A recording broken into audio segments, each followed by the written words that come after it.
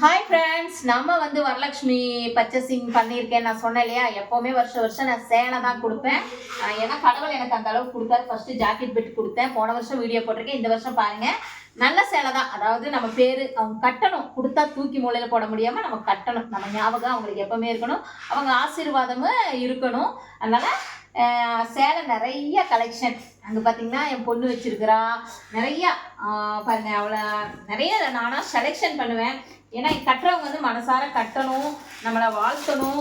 சேலை கொடுத்தாதான் வாழ்த்துவாங்கன்னு நான் சொல்ல மாட்டேன்.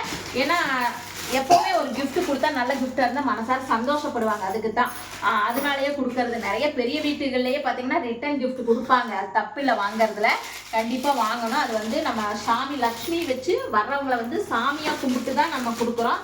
அதனால் நம்ம அவங்கள சாமியாக நினச்சி கொடுக்குறோம், அவ்வளோதான், வேறு ஒன்றும் இல்லை. கண்டிப்பாக நாளை வரலட்சுமி பூஜை. அனைவரும் எங்கள் வீட்டுக்கு வாங்க. வந்தீங்கன்னா ரொம்ப சந்தோஷப்படுவேன். எனக்கு ரொம்ப ரொம்ப சந்தோஷமாக இருக்கும்.